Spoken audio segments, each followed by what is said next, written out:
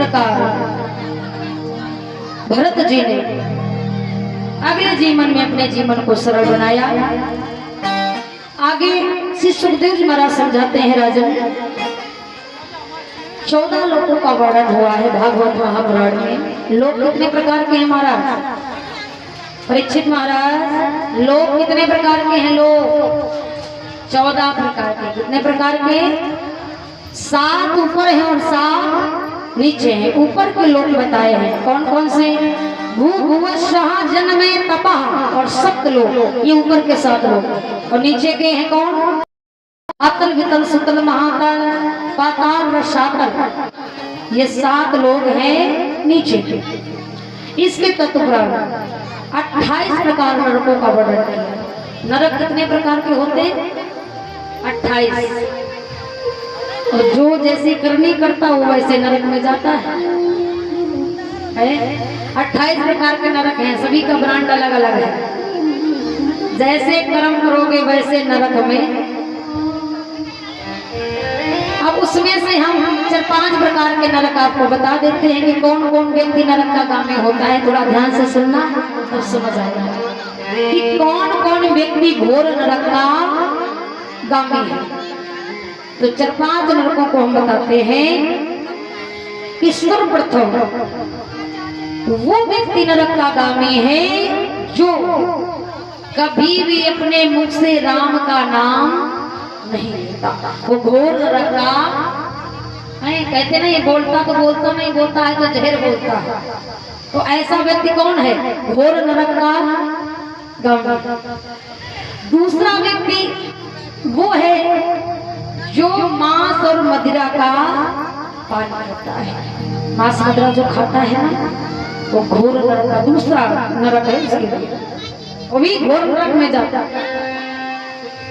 तीसरा व्यक्ति वो है जो पराये धन को देख करके, पराये धन को, पराई स्त्री को, पराई चीज को देख करके जो इतराए, वो घोर नरक का गामी कहता है।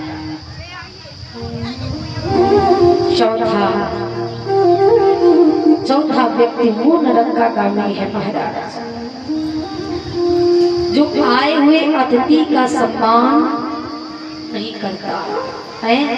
आपके घर में कोई आए और तुम उसको देख करके 4 कोने का मुंह बनाओ तो उसे अच्छा लगेगा है? क्योंकि कहते हैं अतिथि देवो भव, अतिथि देवता की भांति होती है। आपके घर में कोई आए तो उसे अच्छा खिला ना सको, अच्छा पिला ना सको, अच्छा पहना ना सको, तो अच्छा बोल तो सकते हैं।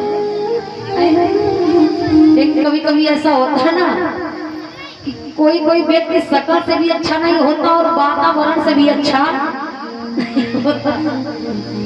कोई कोई संसार में ऐसे भी लोग हैं कि जैसी शकल वैसा व्यवहार, शकल से भी अच्छे नहीं और वातावरण से भी अच्छे नहीं है। अब किसी किसी को तो हमने ऐसा देखा है कि ना वो कभी हंसते हैं, ना कभी मुस्कुराते हैं, ना ही कभी अच्छी बात करते हैं। उन्हें जब देख के यही लगता है कि जबरदस्ती जिंदा घूम रहे हो। मन नहीं है जिंदा रहने का, लेकिन फिर भी जिंदा है। अरे भाई, जीवन एक बार मिला है, हंसना मुस्कुराना। कहते हैं थोड़ा सा मुस्कुराने के बाद जब एक फोटो अच्छी आ सकती है, तो अगर जीवन में मुस्कुराहट ला जाओगे तो जीवन कितना अच्छा बन जाएगा। मुस्कुराते रहिएगा। चिंता है हटाओ और जीवन में सुख बना कर रख लो। क्या टेंशन लेने को नहीं, टेंशन देने। कोई ज्यादा आपको बुरा भला बताए ना, तुम ऐसे हो, तुम वैसे हो, तुम ये हो, तुम वो, तुरंत कह दो सेम टू यू, हम नहीं तुम हो। सबसे बढ़िया है उत्तर। अब इतना कहोगे नहीं कि और आग कबूला हो जाए। आपको कोई गाली दे रहा हो ना, जैसे आपको कोई झगड़ा हो जाए, कोई गाली दे, उठपटांग कहे, तो तुम गुस्सा ना हो और उसके सामने और थोड़ा मुस्कुरा दो। फिर देखो टेम्परेचर और हाई। क्यों? क्योंकि महाराज संसार में आपको कोई मुस्कुराते देख नहीं पाएगा। जितना मुस्कुराओगे हाथी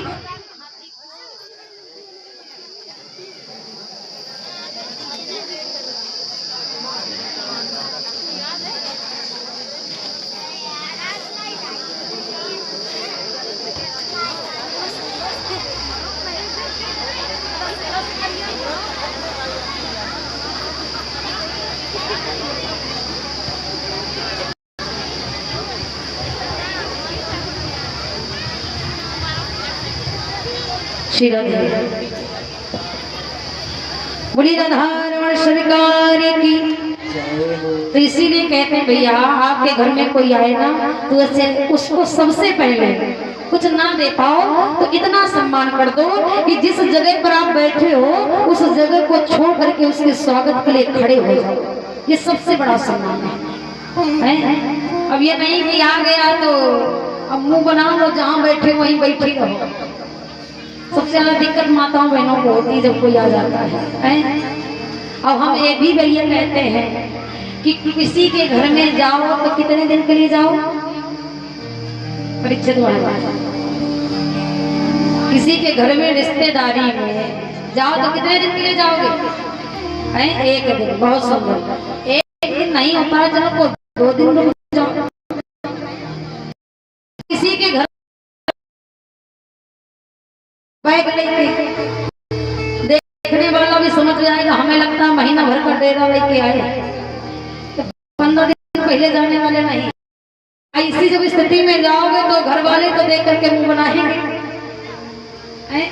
तो ज्यादा किसी के घर में बोझ बन करके नहीं, 1-2 दिन रुको। और हमारी बात करो तो हम 7 दिन पहले से जाने वाले नहीं, भगाओ तो फिर भी नहीं जाए। और हम ये भी कहते हैं भैया किसी के घर में जाओ तो जब तक सब्जी अदल बदल करके मिले तब तक रहो। और जहाँ एक ही सब्जी, वही आलू की सब्जी, आलू पकौड़ी, आलू कचौड़ी मिलने लगे तो तुरंत उठाओ झोली झंडा सीधे। भाई कहाँ तक कोई तुम्हें पनीर खवाएगा? इतनी महंगाई। स्वागत भी आपने अपने हद तक करता है, हद से बाहर तो ही ना कर देगा, सब कुछ होना तुम्हें खवा रहा है। लेकिन फिर भी माना अतिथि का सम्मान करना हमारा धर्म है, कर्तव्य है। कोई कैसा आए और हमारा सम्मान करना। जो अतिथि का सम्मान नहीं करते वो घोर नरक में जाते।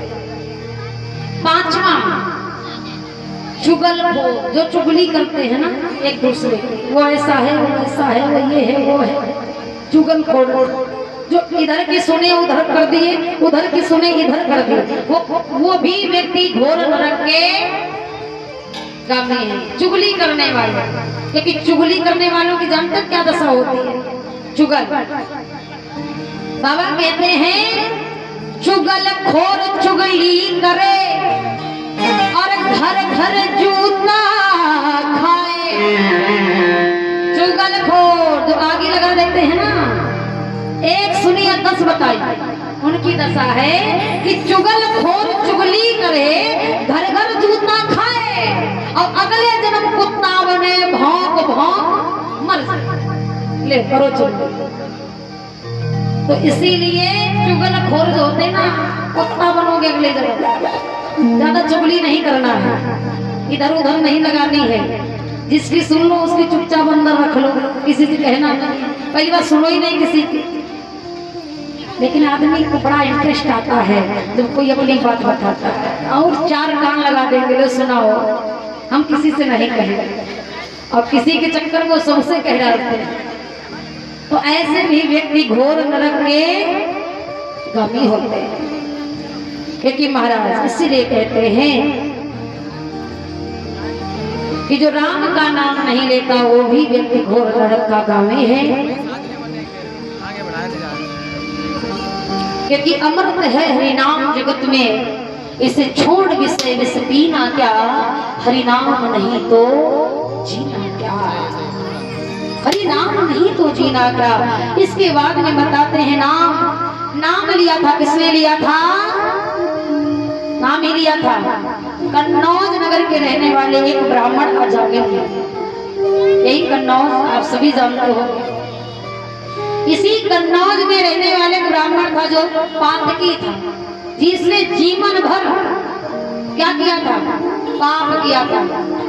लेकिन मरते वक्त उसने गलती से नाम ले लिया, धोखे से, हकीकत में नहीं लिया था। मरते वक्त बुलाया अपने बेटे नारायण को था, लेकिन वो आवाज भगवान नारायण के कानों में पड़ी, क्योंकि नाम असर करता है, चाहे इसे जैसे भी लो। भाव कुभाव अनक आलस्यु, नाम जपत मंगल दिस दस्यु। चाहे जैसे नाम लीजिए, पर नाम का असर तो 100% होता है। अजामिल ने नाम लिया अपने बेटे नारायण का, और भगवान नारायण के कानों में आवाज पड़ी, मेरा कोई परम भक्त मुझे बुला रहा है। भगवान तुरंत अपने पार्षदों को भेजा, जाओ मेरे भक्त को लेकर के आओ।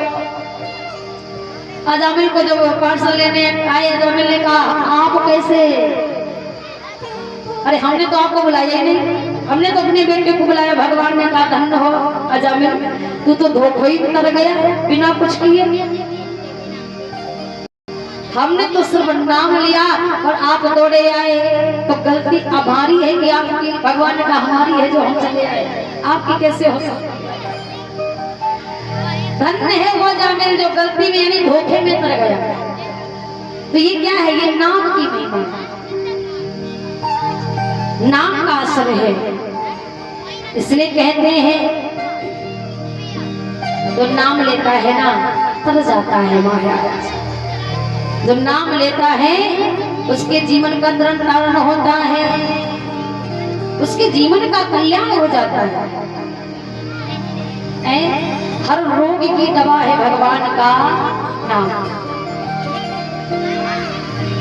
तो अजामिल ने जीवन को ऐसे तरण तारण कर लिया।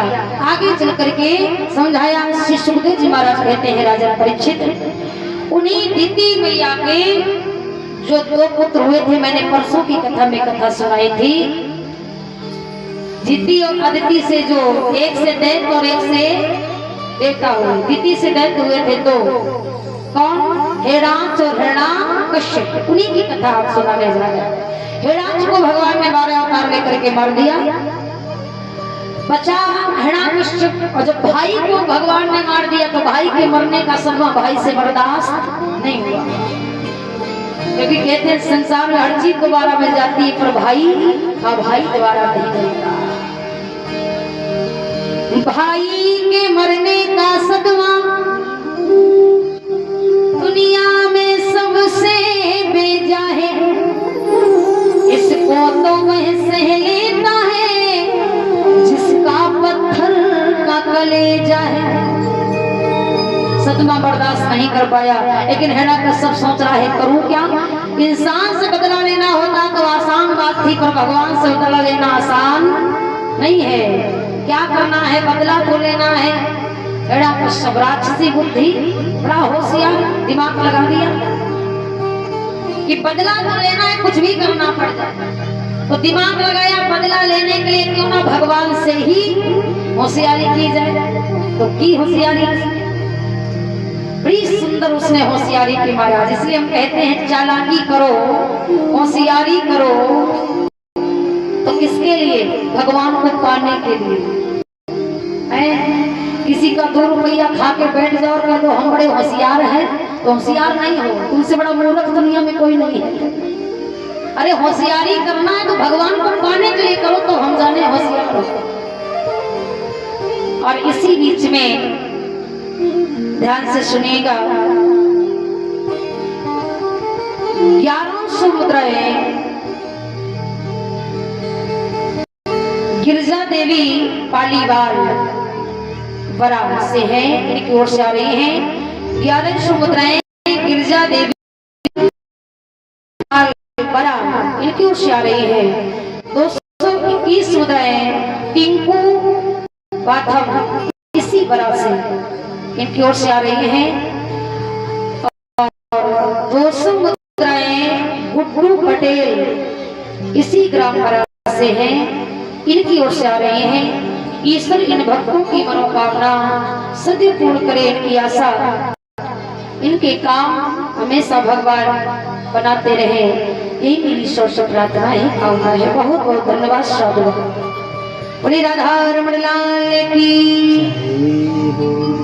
हिरण्यकश्यप ने दिमाग लगाया क्या करना चाहिए, पहुंच गया कहाँ, धौलागिरी पर्वत में जाकर के हिरण्यकश्यप ने ब्रह्मा जी का तप किया, अखंड तप किया है। सात पे मंदर दौड़ा तपा परम दारुणम ऊर्ध्वबाहुर नभो दृष्टा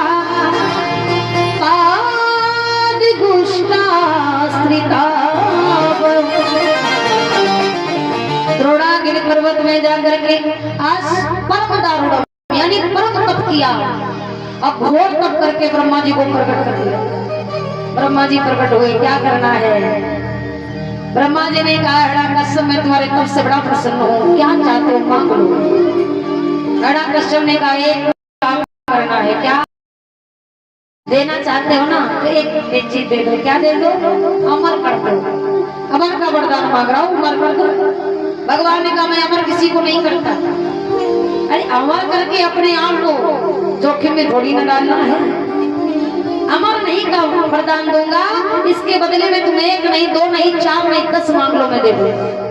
हिरण्यकश्यप ने कहा महाराज एक वरदान मांगा तो वो पीछे हट रहे हो, अगर 10 मांग बैठे तो तुम देने वाले नहीं, क्या गारंटी है दोगे। ब्रह्मा जी ने कहा मैं सत्य कहता हूँ, अब की बार तुम जो जितने मांगोगे मैं सब दूंगा, पर अमर का वरदान नहीं दूंगा। हिरण्यकश्यप ने कहा तो दोगे, पहले 3 बार दरवाजा कर लो कि दोगे दोगे दोगे। जैसे 3 बार दरवाजा करवा लिया ब्रह्मा जी से, तब हिरण्यकश्यप ने कहा मांगू। ब्रह्मा जी ने कहा मांगू।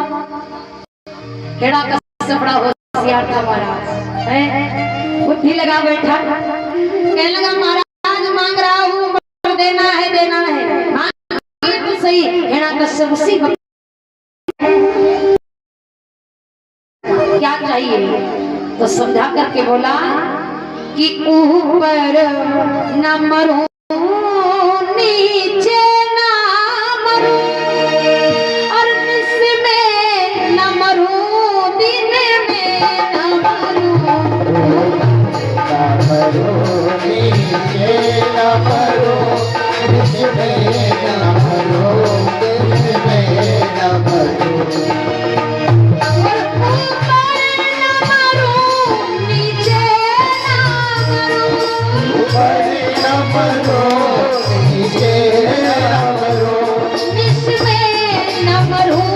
दिन में न मरूं बाहरे न मरूं भीतर न मरूं, बाहरे न मरूं भीतर न मरूं, प्यापे कोई हथियार न हो, बाहरे न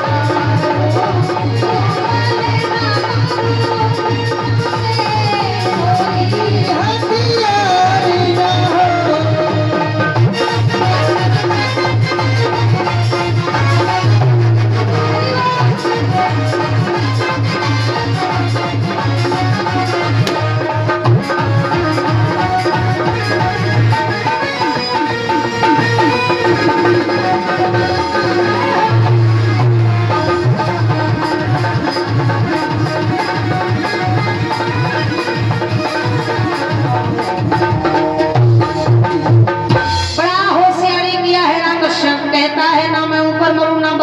भीतर मरूं ना अंदर मरूं, ना दिन में मरूं ना रात में मरूं, ना अस्त्र से मरूं ना शस्त्र से मरूं, ना ही इन 12 महीनों में मरूं।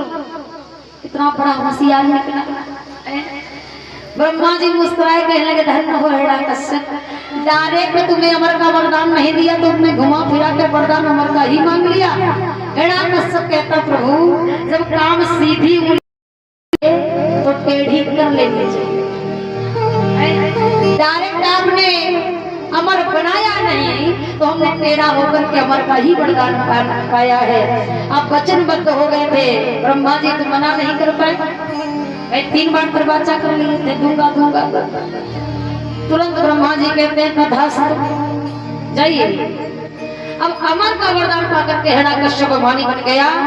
अहंकारी बन गया, अपने प्रजा में आकर के आज अपने प्रजा को लोगों को सताने लग गया। क्यों? सोच रहा है जब हम किसी के कारण मरेंगे नहीं तो इसका मतलब है अब यहाँ के भगवान हम हैं। भाई न दिन में न रात में न बाहर कहीं मरना ही नहीं है तो भगवान हमें ही है।